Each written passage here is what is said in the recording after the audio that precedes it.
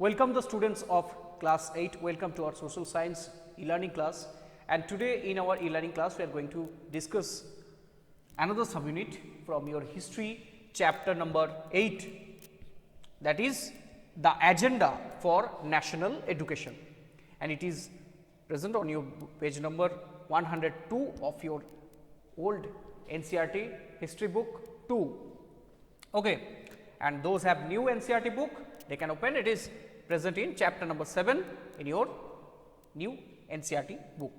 So, the agenda for national education, agenda means the topic, and national education obviously our Indian national education.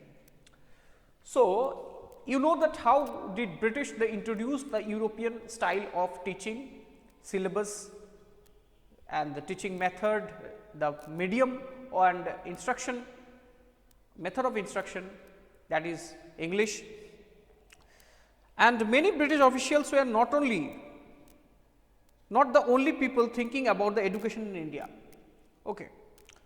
From the early 19th century, many thinkers, also the eminent personalities of India from different parts, began to talk of the need for a wider spread of educational method.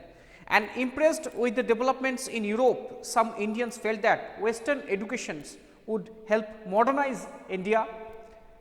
They urged the British to open more schools like Europe and colleges and also universities, and spend more money on education. So, you will read about some of these efforts in chapter number 9, when some reformers they also set up schools like Ishwar Chandra Vidyasagar and Raja Ram Mohan Roy. Okay.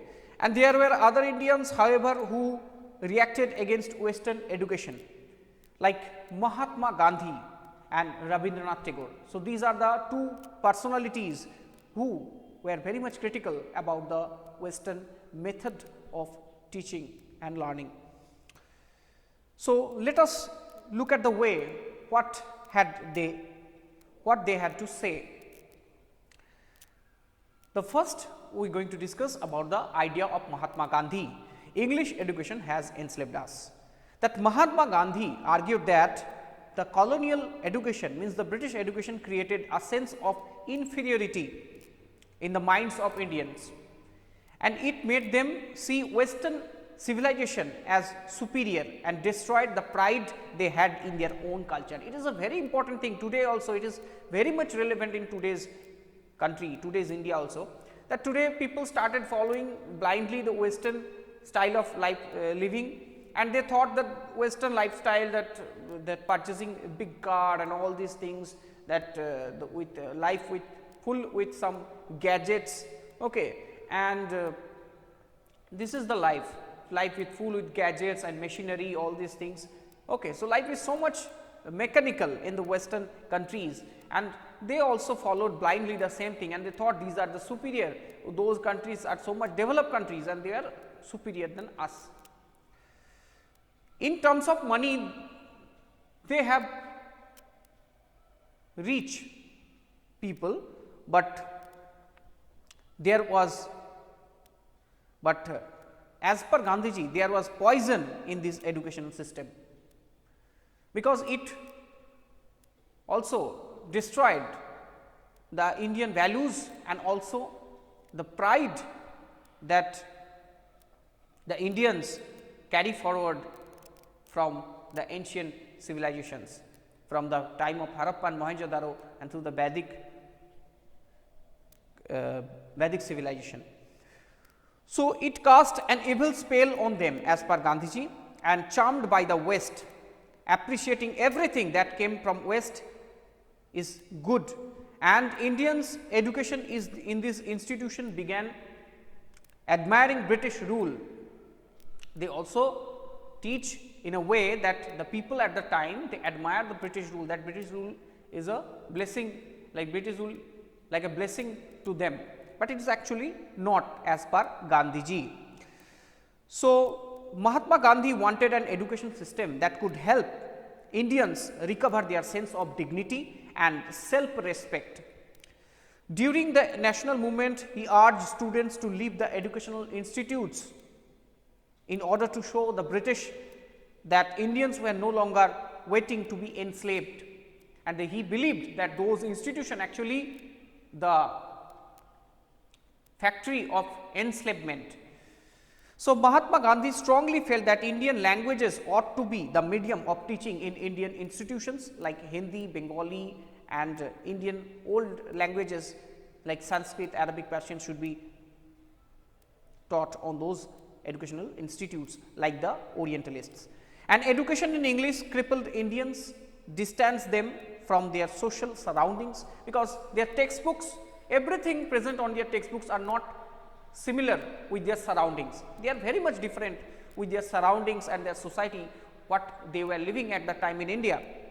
So, they try to imitate on every sector of the life, they try to imitate the foreigners on every way, their dressing, their food habits, their culture, their taste of music and dance, their taste of book and subjects, everything they try to imitating, and Gandhiji was very much critical about this thing, from this thing.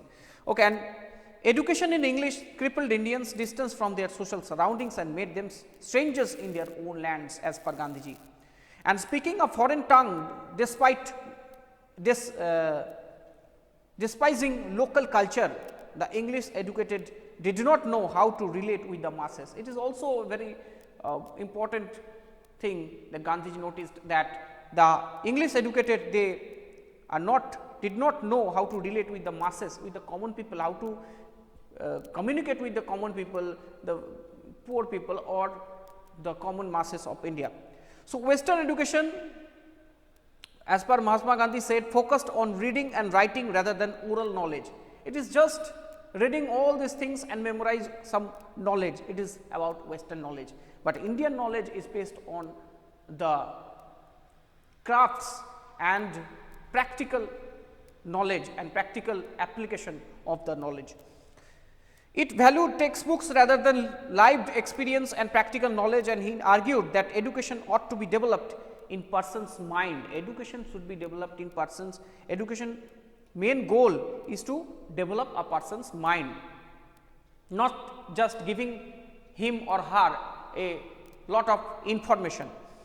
Okay. And it is also developed the soul, and literacy or simply learning to read and write by itself did not count as education, and writing and speaking in particular some languages or writing skill or reading skill is not the only measure that the person is educated person.